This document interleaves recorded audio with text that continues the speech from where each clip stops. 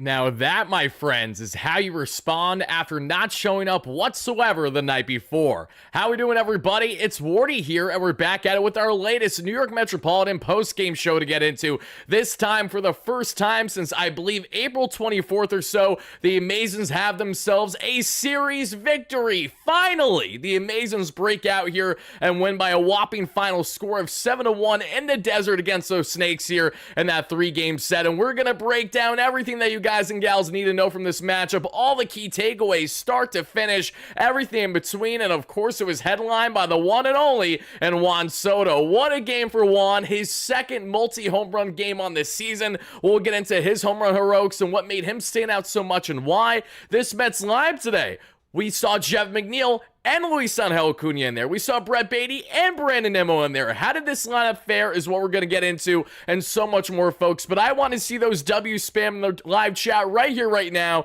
as you guys and gals first chime in. Thank you so much for being in here. Brian Torres, great member with a $5 holla, says, Soto is such a bum. Only hit 2 monster home runs. Where's Kirk Neuenhuis when you need him most? Seriously, right? If we need 3 home runs, you think of Kirk. But thank you so much for the donation, Brian. That was funny. I appreciate that. But like I said, folks, I want to see those W spam right here, right now. Master Debo, I know I'm right in regards to Luis Angel Acuna. That's why I was preaching to the choir that Acuna needs to be in this lineup every single day, because color me shocked, everybody. Luis Angel Acuna gets the start today at second base, and he drives on a run. He steals a base. It's almost like he's one of the most electrifying young players in all of the National League, and there is nothing, and I mean nothing, to justify that man not batting in this Mets lineup on a daily basis. A lot to get into in this one, everybody. I'm really excited to break it down. A lot of back and forth as well. And while, yes, the Mets do not look perfect still with runners in scoring position, as they were 3 for 15 in this ball game, a lot more work needs to be done there. I'm not going to push it aside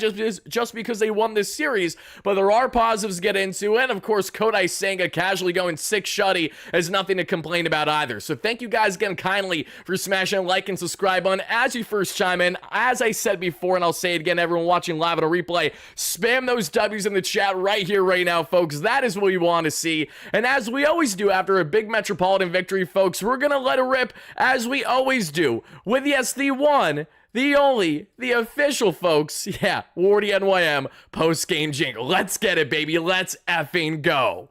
Ha ha!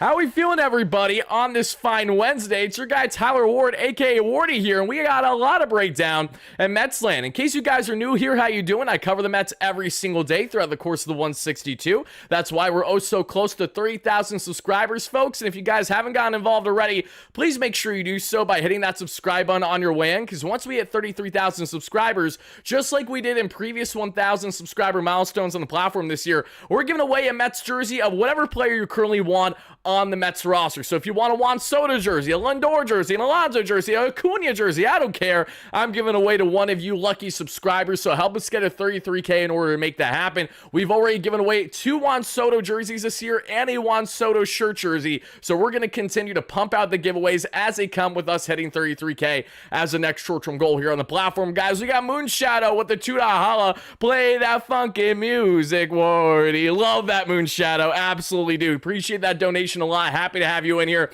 Let's get a quick roll call on this one, everybody. Our latest post-game show presented by BetUS and SeatGeek. Let's see here. Kills, how we doing? Conan, Joseph, G Money, Andres going up the list here, and all my replay viewers. I want to hear your initial reactions and big takeaways in the comments down below from this Metropolitan Series victory. Tim, how we doing? JF JFM Edits, DMAC, great member. Dan Dodio, great member. How we doing? Kills, Wacky Blocks going down here. Aaron Jacobs, great member. How we doing? Going up the list. Andres, how we doing? We got D Money as always. We got Dave Kaplitz, great member. We got Edwin Castro, great member in here. We got everybody and your mother in here. Steve Long, great member. Alyssa, Rawl, Bruce, Mo, going up your Fast Matt, Film, Chris Norden, Brian Torres, our amazing member with the donation from earlier, Mr. Chicken, Madeline, Daniel, Danny, everybody, thank you guys so much. Come on, come on, folks.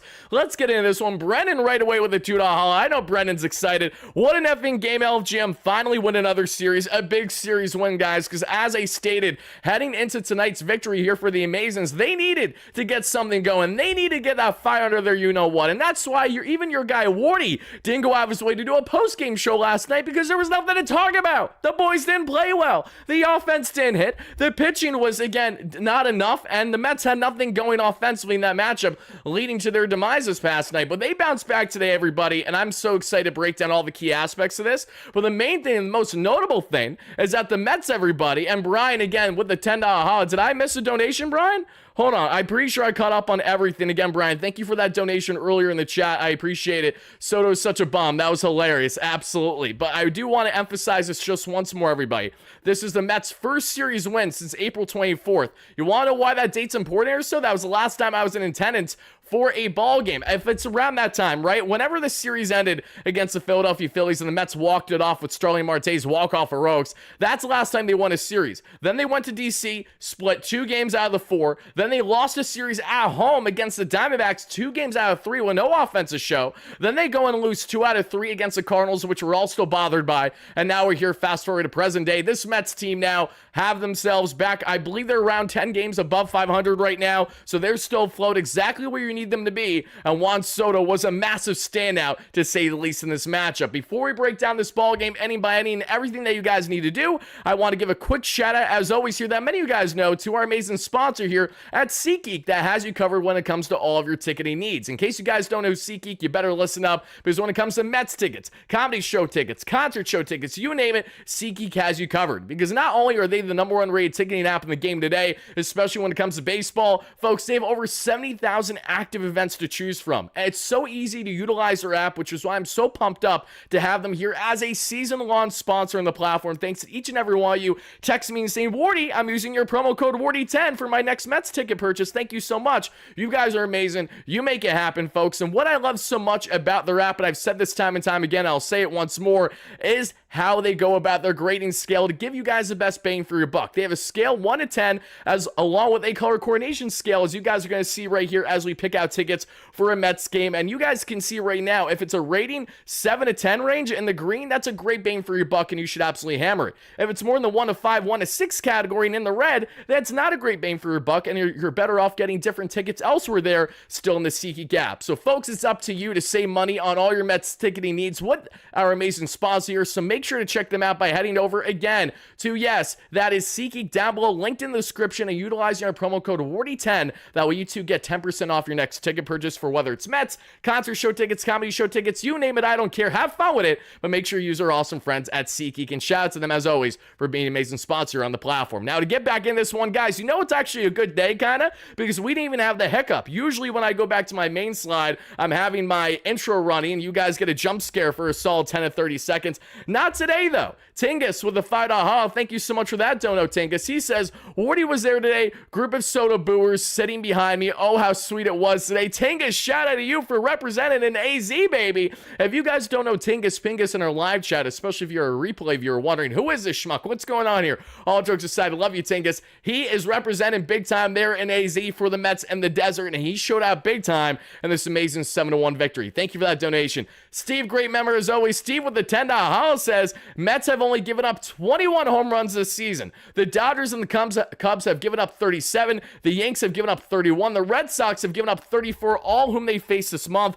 hoping they capitalize on it? Absolutely. And we know the home run heroics are naturally going to come and be the demise of the Mets to a degree, but they can hold the fort down with their pitching and make sure that they're staying one of, if not the best team in baseball on the home run rate. Then it's going to bode them naturally really well as they have a gauntlet coming up for the remainder of May, beginning this Friday against the Chicago Cubs. And I'll be in attendance, everybody, for games 1 and 3 of this series. Let's see. PB9, thank you so much. I'm glad that SeatGeek worked like a charm for you. That's fantastic. These two mothers are going out to the ball game. Love to see that. Absolutely. I'm going to be there this Friday, everybody. Cannot wait to see so many amazing Mets fans there. And I'll actually tell you guys right now, I'm going to go here and look in my SeatGeek app because, again, SeatGeek has me covered for all on my ticketing needs, everybody. And as I take a look right here, I'm going to see where am I sitting here for this Friday. And then Sunday, I probably won't tell you right off the riff because that's more of a family day. But if you bump into me, still not an issue. Friday, everybody, we see I'm sitting in section 109. So if you guys want to hang out with your guy Wardy, come stop by to say hello, chop it up for a little bit.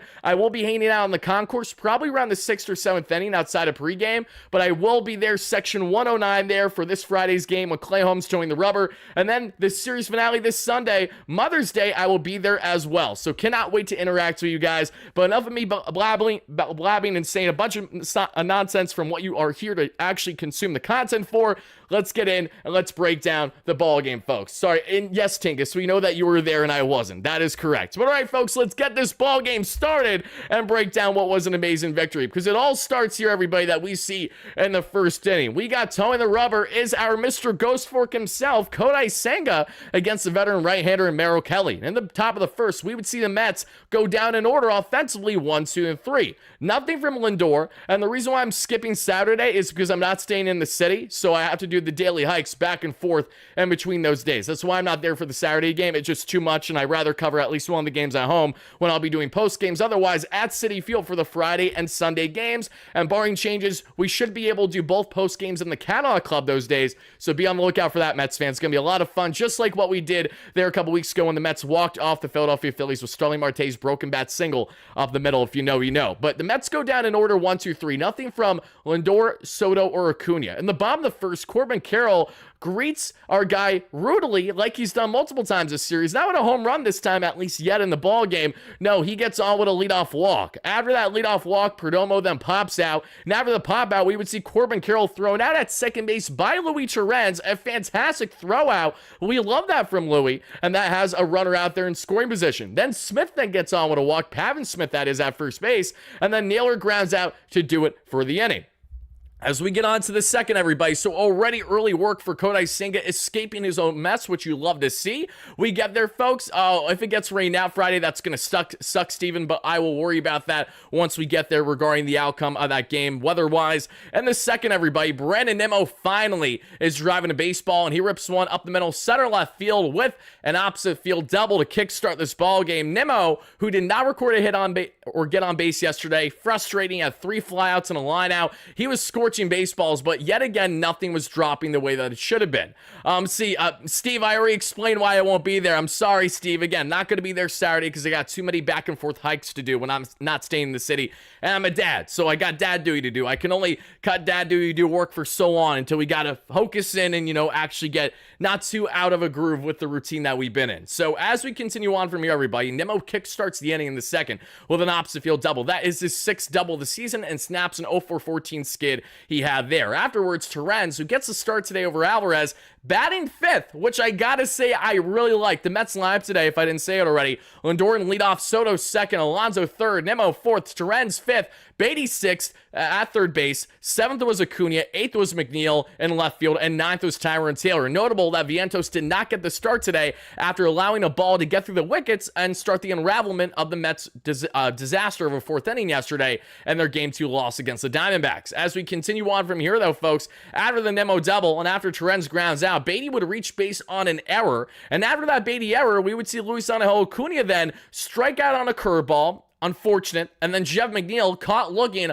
on a fastball right down the pipe. Really frustrating that he didn't take the bat off the shoulder there. And that does it there for the top of the second. The Mets had a leadoff runner in scoring position. They had him with less than 2 outs, and yet they could not drive him in. Color me shocked. That's been the story of the Mets as of late when it comes to runners in scoring position. No bueno, to say the least.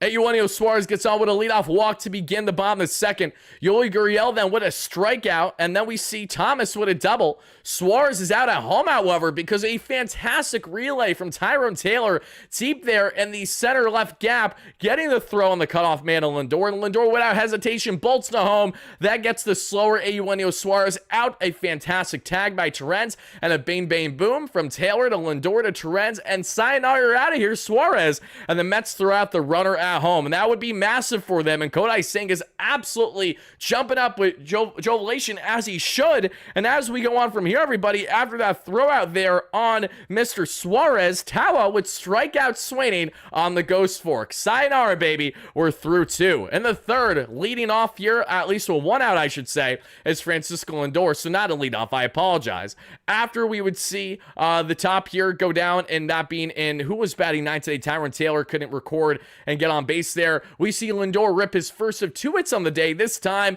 a double. Absolute fantastic job by Francisco Lindor with yet another extra base hit. Soto then is jammed on a half swing, which was frustrating on 3 pitches. A no bueno outing there for Juan Soto with this at-bat. Not when it came to the game itself, but this at-bat was not good by Juan Soto.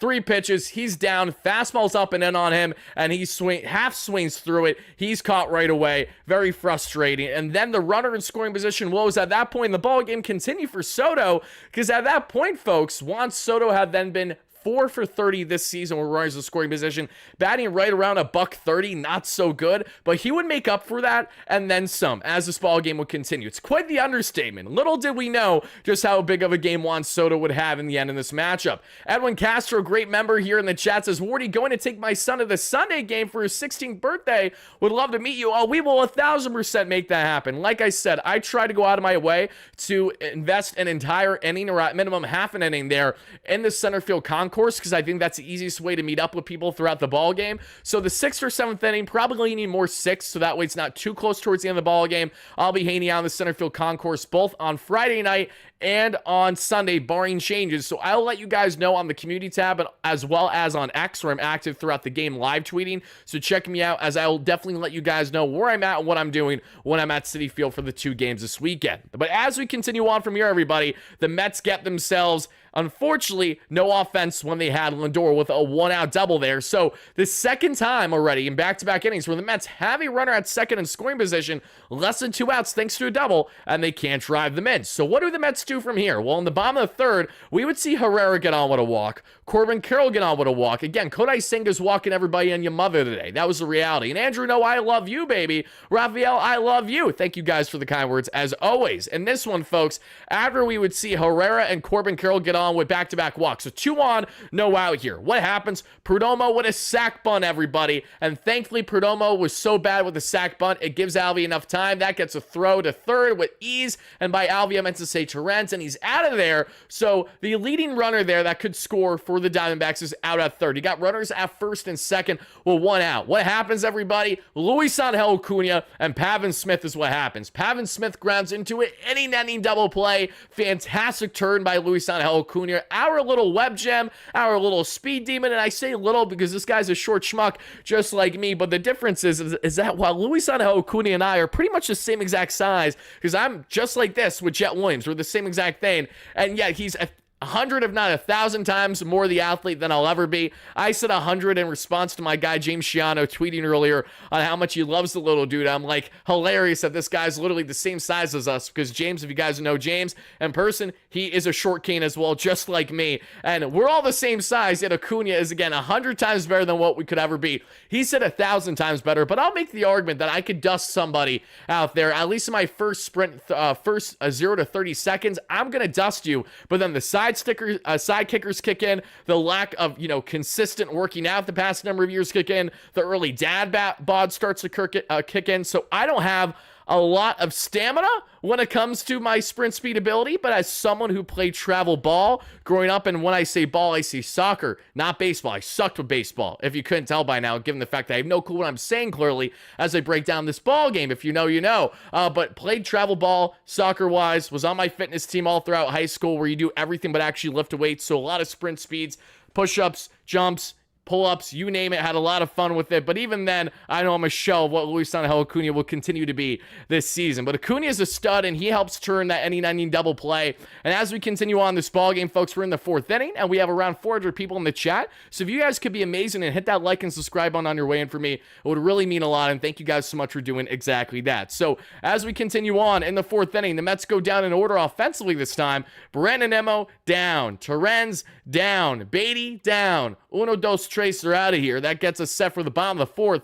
where Mr. Naylor, Suarez, and Gurriel go down. So, hey, listen, I get Merrill Kelly's trying to get in a groove, but so is Kodai Senga, as Senga had a strikeout on Suarez, and that 1, 2, 3, 4th sets us up for the 5th inning, everybody. And in the 5th, Luisangel Acuna flies out. McNeil is out. That we would see on a changeup out of the zone. Not a great at-bat. And Taylor grounds out. Kodai Senga, everybody, say it with me. 1, 2, 3. Here we go again. And that does it there for the 5th. So Kodai Senga and Merrill Kelly start to get in a groove, but thankfully things begin to change in the 6th inning. How do things begin to change, everybody? It starts with, yes, the one and only, and Juan Soto. Soto rips an absolute no-doubter, dead center bomb. It's out of here. His 6th home run of the season with 1 out. Juan Soto, another solo shot, because God forbid we can get this guy to hit bombs with guys in scoring position. He gets robbed of a ball that just turns foul. What would have been a 3-run shot for the Mets a homestand or so ago, if not 2 homestands ago. Then we see him get robbed a couple days ago by Victor Scott, what would have been a dead center 3-run home run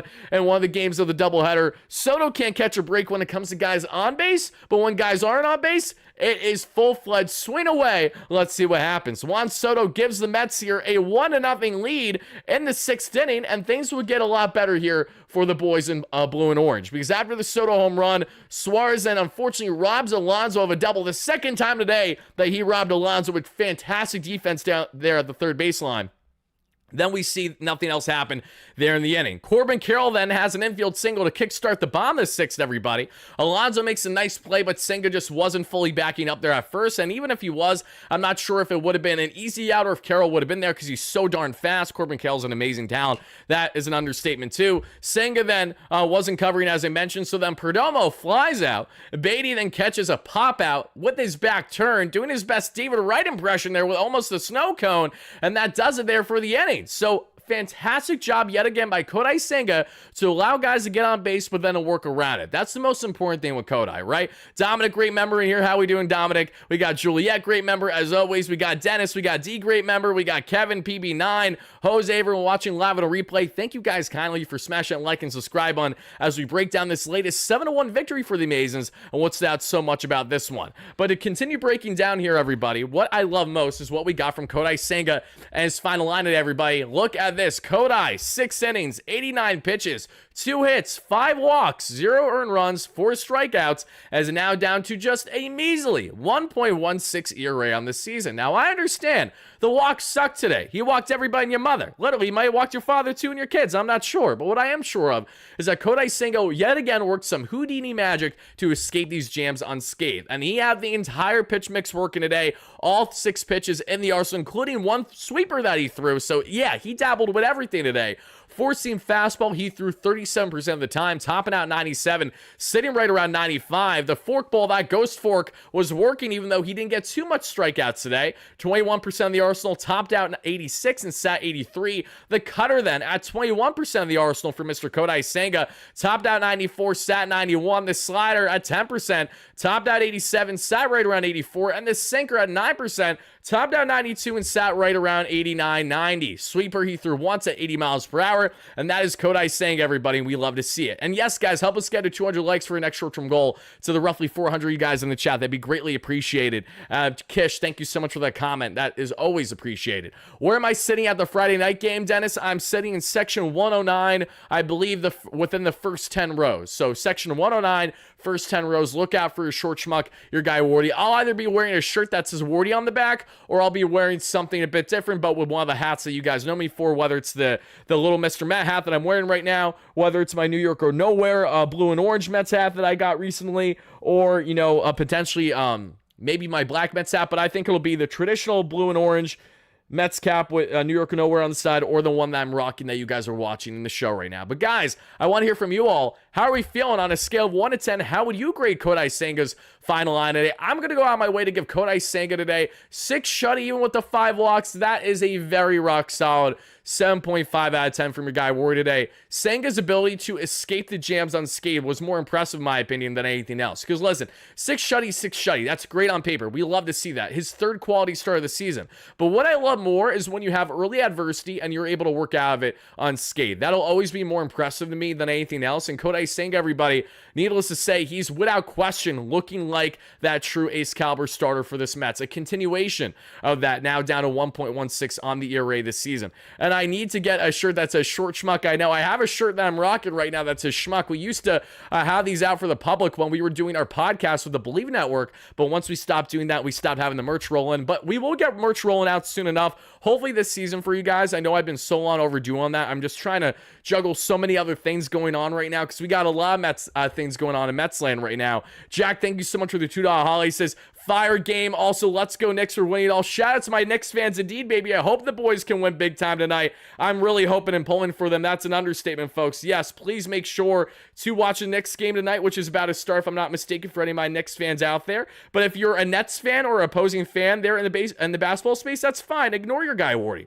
Not an issue. Not an issue whatsoever. Now, folks, what I need to relay before we break down more of this ball game is very important because I want to maximize it while we have a good amount of you guys in the show. And now that we're about halfway through the segment or so. So I'm putting this right now in the top here that you guys are going to see in the chat as well. It's going to be there in just a second.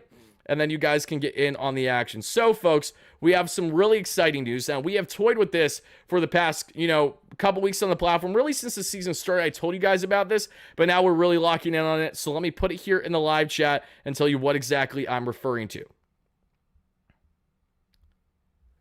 Thank you so much for the donations as well. Not only Jack, but Edward with $5 holla. Edward says, Wardy, big one today. What do you think of Johan Santana, Edgardo Alfonso, Luis Angel Cunha, Mr. Francisco Alvarez, Wilmer Flores have in common besides being a Mets player? I mean, that feels like it's an easy answer. Isn't it the fact that they're all Venezuelan? That I feel like that was like, snap of a finger, no hesitation. That's because they're all Venezuelan. Yeah, and Luis said the exact same thing in the chat. I will say this, though, Luis, just for future context, please don't reply back to a donation of someone asking me a question. Otherwise, it completely it defeats the purpose of why they're going out of their way to do that, because it gets spoiled. But yes, Venezuela, I knew right away. That was just an easy answer. And guys, let me enlighten you on what we have cooking on the platform. So excited to break more of this down to each and every one of you. We have, of course I didn't sorry, that was anticlimactic. Here we go, guys. Wardy Day. In case you guys don't know, we are officially hosting events at Citi Field this season. Now, we will have more events happen prior to this August 1st game, more than likely, so be on the lookout for further announcements on the platform. But beginning August 1st, folks, we have an official Wardy Day at Citi Field. You're going to see us on the Jumbotron there at the ballpark. We're going to get early on-field access for a group photo. You get an $18 ticket voucher, and you get a hangout with your guy Wardy and all the other amazing Mets fans in the community, and a secluded section there in top left field in a lounge setting. So it's not just typical seats. You actually get lounge seats there where they have these different lounge benches, bar to hang out at right away there in the top left field lounge section, guys. And we have already begun our pre-sale priority rollout because we're going to make this public, guys, within the next 24 to 48 hours that you will see on the community tab. So if you guys want to get final dibs on the pre-sale priority list, meaning that you guys will be reached out via email and we will give you guys the first dibs to access early tickets for this, click the link down below in the description of the live show. It's the first link available that says Wardy's priority list. It's also here live in the chat as well for you guys to click. Again, feel free to check it out. All you need to do then is to fill out that form and give me your full name and the amount of tickets you have interest in. Again,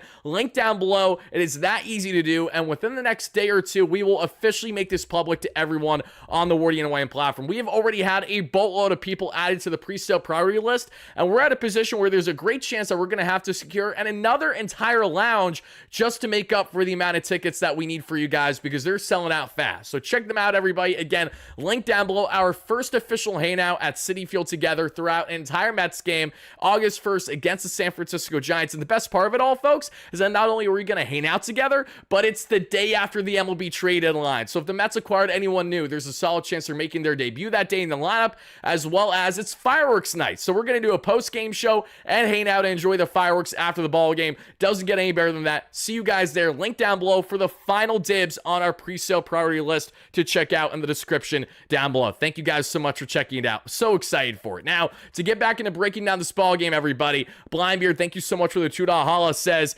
let's see, Jack, have a great one, everybody. Performing in comedy show on Sunday, can I share? Blindbeard, go ahead, because you just shared it in the chat. Not a problem. Hope you have a blast with your comedy show, my man. Did I ever imagine growing up as a young Mets fan, someday I'd be hosting Wardy Day at Mets Stadium? No, I did not. I gotta be honest with you. That is new news to me. I'm very grateful for everything that's happened since I've begun the content on the platform.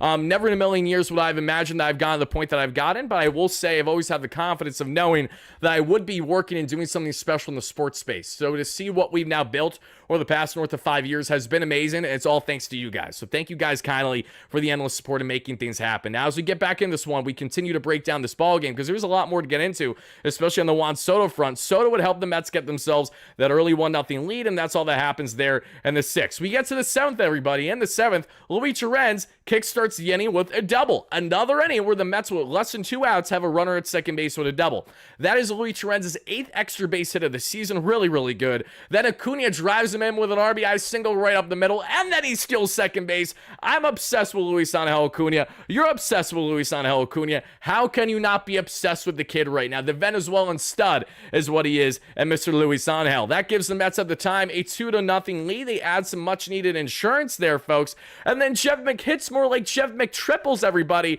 Jeff McNeil rips himself a triple there into the gap. He gets into third sliding, but unfortunately, McNeil would leave this ball game after giving the Mets a 3-0 lead. If you guys watched the replay, as McNeil rounded second base, it looked like he had some uncomfortability with his knee or some type of issue going on with his leg there, and that was his demise. He would exit this ball game as Jose Azcar came in as a pinch runner and commanding left field for the remainder of the ball game. I'm waiting to find out word as to if we have an update on Luis Angel Acuna, so I'm actually going to check this while we're live right now to see if Carlos Mendoza said anything notable post-game on it. So let's see here, just going down the list. Okay, Carlos Mendoza, anything on Jeff McNeil? Okay, good news! Great news on McNeil, which I love to see. Carlos Mendoza said that McNeil felt a cramp in his left hamstring and is fine. So, okay, he cramped up, not a big deal. Just get more hydration in there, and he'll be good to go. So, good news there, Jeff McNeil, who legged that triple out for the rest of the ball game, but it doesn't look like he sustained any serious injury for us to be overly concerned about. That's great news. Moon Shadow, thank you so much for the $5 haul. I appreciate that. I really do. Thank you kindly for always shining me out. I love seeing your comments saying, why haven't you hired this man at MLB Network and these other stations? You guys are the absolute best. But continue on from here. The Mets are up 3-0, right? And after they get up 3-0, that'll be thanks to McNeil's not first, but second triple of the season. And now Jeff McNeil, everybody, casually has a total of 10, not 10, I apologize. The Mets have a total of 10 triples this season. That's notable when you consider the fact that the Mets had 15 triples all of last year. So the speed's working, baby, and I love to see it. Mets up by 3 here, and after that, nothing else transpires there for the inning. Max Kranick comes in then as a reliever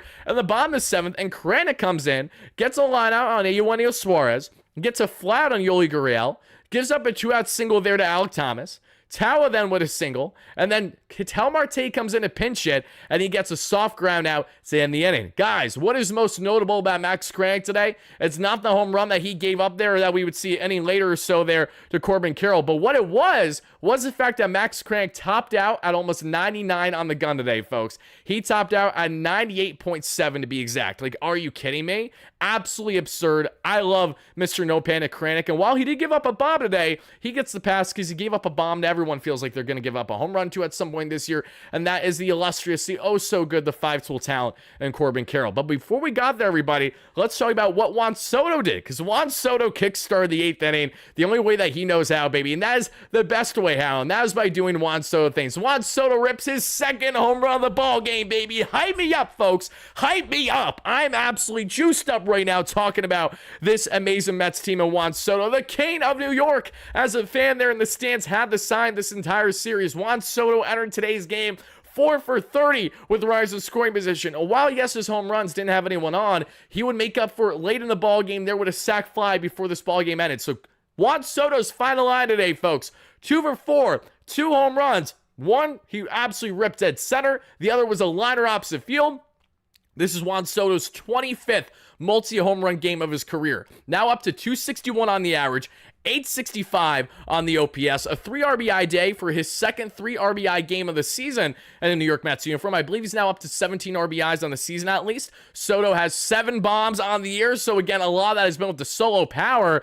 But out of the 25 multi-home run games in his career, Juan Soto has hit 51 of his home runs in multi-home run games. That's roughly 25% of his total home runs. And as my guy Draftneck Mark tweeted earlier and said, it's kind of insane, I agree. That is absolutely absurd. He truly is the one and only and Juan Soto. And Juan Soto having the home run heroics was absolutely devastating to this Diamondbacks pitching staff. And boy, oh boy, did we need it. Especially that opposite field liner, guys. It is just so sexy to see. There's nothing more satisfying than, in my opinion, as a baseball fan, to then have a power lefty bat hit for all fields. The fact that he didn't even pull that one, like that was center right, but more dead center than anything on the first home run. And then the second that we saw there was just absolutely torched to left on the liner, guys. I want to hear everybody watching live on a replay on a scale of 1 to 10. What has been your excitement level and your intrigue level with Juan Soto's dominance today here, heavily factoring into the Mets series victory? That's another really encouraging thing to say, right? Because Soto has not heavily factored into too many wins for the Mets this season,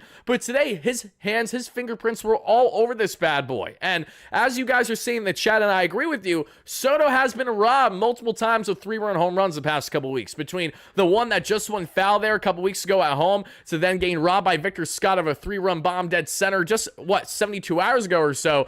He's had some very unfortunate luck this season, but Juan Soto finally starting to take advantage, finally starting to pounce, and I love that. I have tickets to that game already, but I will definitely get more to sit with the Wardy Swarm. That sounds great. Shut the front door regarding our Wardy Day event on August 1st. Thank you so much for that. I cannot wait to see you there. We're rolling in deep. We're going to have so much fun when we do our Wardy Day this year, guys. I'm actually beyond ecstatic for it, because not only are we going to have a great turnout, but we never really done something like this before. I'm just so excited knowing that we're going to have a group of the Wardy minions on the platform. When I say minions, I'm probably going to be the shortest guy of the group. So the reverse of minions, the Wardy giants around him, whatever the hell you want to call it. I'm pumped up for it. Juan Soto, though, this is a big game. My excitement level with him now is up to, I want to say I'm at a solid like 7 out of 10. Like I'm not anywhere close to where I should be with my Juan Soto excitement. More so because we're just waiting to find more consistency with it. But Juan, dominant day, deserves a lot of kudos, and I'm very, very happy to say the least to see him performing the way that he is now for this Mets team. As we continue on from there, after Juan Soto gives the Mets the continued lead in the 6th inning, Eugenio Suarez then robs Alonso again. So, oh, I apologize, folks. I'm looking at the wrong thing. The 8th inning, Soto rips his 4th home run, 7th home run rather. That makes it 4-0 Mets. The Diamondbacks were unbelievably stupid there in that second home run for Juan Soto, because what did those idiots do? Say it with me, everybody. They left a lefty in. What makes you think a lefty is going to be more favorable against Juan Soto just because he's a lefty? Do you not look at his splits? Do you not pay attention? Juan Soto absolutely destroys left-handed pitching just as good as anybody, if not better than most, because he's Juan Soto. So I thought that was pretty funny that they kept him in there. And we are going to talk about another lefty, this time not for the Diamondbacks, but who recently was acquired by the Mets, that we're going to break down in a video that'll drop for you guys tomorrow in the morning. So be on the lookout for that. Blind Beer with a $5 hoss says comedy show at Grizzly Pear Comedy Club, Times Square, 7 p.m. show Sunday, May 11th. Oh, there you go, guys. If you guys want to see an active contributor in the Mets community, that being in Blindbeard, who attends a lot of different Mets-related things. Yes, he is legally blind. Yes, he's a stud with his bowling and other bar-related games, for those that don't know. And he's a comedian on the side. So if you guys want to check him out, Blindbeard will officially be there in Times Square at the Grizzly Pear Comedy Club. I'm assuming it's Grizzly Pear and not Grizzly Bear, unless maybe it is Grizzly Bear. One of the two, Comedy Club, Times Square, 7 p.m. Make sure to check out our guy Blindbeard. I will gladly plug you anytime I get a chance to, Blindbeard. I love the fact that you're a stand-up comedian out here too. Very cool, very unique, and very different in the space. Now, as we continue on, the Mets have themselves a 4-0 lead, right? And then we see Alonso strikeout. Then Terens with a 2-out walk. That's all she wrote there for the 8th inning. The Mets don't do anything else. Then we get to the bottom of the 8th, and Max Crank stays in this ball game, and he's yet again greeted rudely by many people, by Corbin Carroll, as Corbin Carroll gets all that one. A towering dead center home run for Carroll makes it a 4-run Mets lead. Perdomo then with an infield single, so back-to-back hits right away, as Beatty just couldn't corral that one. Then we see Pavin Smith strikes out, and that does it for Max Cranach's day. So Max Crank allows the leadoff bomb there to Corbin Carroll the 8th, but was fine otherwise. Brazo comes in, he gets a fly out on Josh Naylor, and then a key strikeout to Eugenio Suarez, biting on the cutter down and away 90 mile per hour, and that does it there for the 8th. In the 9th inning, Luis Angel Acuna, everybody, is absolutely robbed of what would have been an opposite field single and his second hit of the ball game. Azucar gets on with a walk and then steals his first base of the year for the Mets. Lindor then drives him in, everybody. Francisco Lindor with his second double of the day, and this will be the most important one yet. Taking advantage of the opportunities given to you, especially with runners in scoring position. Lindor rips himself a no-doubter, a 2-run, 1-out double. That makes it 6-1 Mets on the lead. And then a Juan Soto sac fly, finally driving in runs with scoring position, and that gives the Mets a 7-1 lead. And mind you, as I stated earlier, and I'll say it once more, his second 3 RBI game of the season. Then we get a Ryan Stanek, everybody. Stanek comes in the 9-save situation, and Ryan Stanek gets an easy 1-2-3. It begins there with a ground out on Gurriel, a pop out on Alek Thomas, and a ground out on Gabby Moreno. Ryan Stanek was able to be proficient in the 9th inning. The Mets got 2 home runs from Juan Soto today. And while, yes, they still were 3 for 12 with runners in scoring position, not 3 for 15, as I stated in the beginning of the show. It was off by 3. Left 5 on base. Not ideal. Still have a lot more work to be had there, but these are steps in the right direction for the Mets, and this is what we need. And Sanders, I wholeheartedly agree regarding that move, and I have a lot to say about that I'll break down for you guys there later on tonight, if not tomorrow. So be on the lookout probably tomorrow, because it'll make most sense with how the content's going to be knowing it's an off day. But folks, the Mets win this one, a big victory by a final score of 7-1. They out-hit the Diamondbacks today 8-6. They did not have an error, while the Diamondbacks had 1. And what we saw there on the pitching end, everybody, Max Kranick, as I said, topped out basically 99 on the gun today. His fastball velocity was up over 2 miles per hour. So I don't know how many Red Bulls Max Kranick pounded before he went for his outing today, but it worked. The slider that he threw the most at 52% of the time topped out 94 and sat 91. The curveball at 15% topped out 80 and sat 79. The sweeper he threw just 1 time there, 1 to 4 times, topped out 82, and that was right around where it stood. Ryan Stanek, he had himself a 2-pitch day that we saw with the fastball and the sweeper. He threw more than 2 pitches. He threw 8 entirely, but he only had the 2 pitches working. Topped out 100 on the 4-seam, so he sat 99, and the sweeper sitting right around 84. Huascar Brosman, more heat, everybody. Listen to this. This is what I love so much. The Mets' 3 relievers that came in today, folks, averaged 97 to 99 on the gun. They were disgustingly good, right? We saw the changeup at 40% of the arsenal for Brosman today.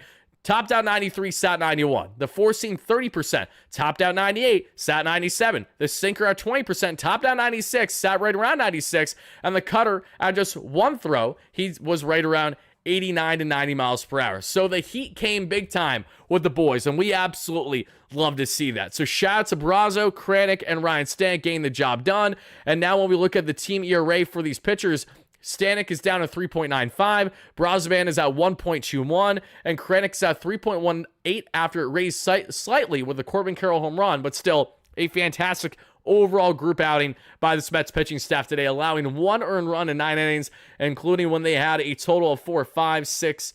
Wow, the Mets only had 6 strikeouts today, and they only had 5 walks, all courtesy of Kodai Senga, nothing from the bullpen.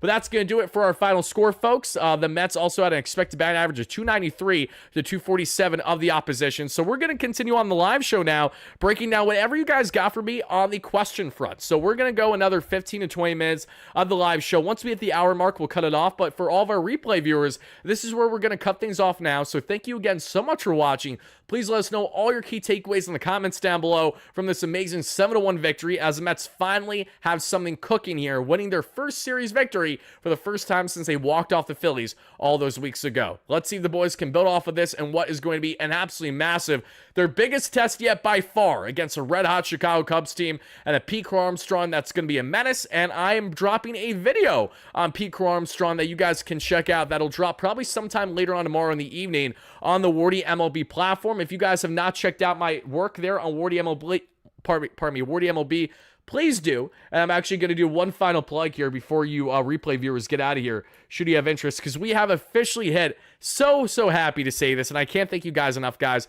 Take a look here. We've officially hit 1,000 subs on the WardyMLB platform, guys, and we only have 6 videos out. 6 videos in, already 1K subs. Obviously, it's fluctuated a lot given my availability and how the algorithms picked up. But, guys, Javi Baez is a center fielder now, and it's working. If you guys want to check out our latest video that dropped a day ago, I broke down Javi Baez. El Mago finally looking like a good player again, resurrecting his career after having so much struggles the past 3 seasons, putting up numbers he hasn't done since his Mets thumb down stint in 2021. If you guys you know. So I broke down the Mets past, everything leading up to Baez having the success he's had this year as a center fielder. And like I said, we have a video dropping within the next day or so on Pete Armstrong. And yes, I am leaning into the Mets aspect a bit as to where the Mets went wrong in that trade, and ultimately how well has PCA performed, and is he one of the best center fielders in baseball already? That is what we're going to get into. That'll be dropping tomorrow. But again, guys, subscribe to Wardy MLB. Please check out the content there. We're going to be pumping out multiple videos every single week for MLB-wide topics, separate from just the Mets here on Wardy MLB. And that's your nice fix of MLB content outside of our Bleacher Report segments that we do every single day around 5 p.m. Eastern in the MLB app, Bleacher Report app, and not every single day either. I'm just talking way too fast. I'm sorry. Wednesday, Thursday, Friday, 5 p.m. Eastern, Bleacher Report app for MLB-wide topics. See you guys there. For all of our replay viewers, this is where we're going to cut things off. And for everybody watching live, stay tuned. So I'm going to answer whatever comments, questions, concerns that you guys got for me. Let's go Mets, baby. Peace out.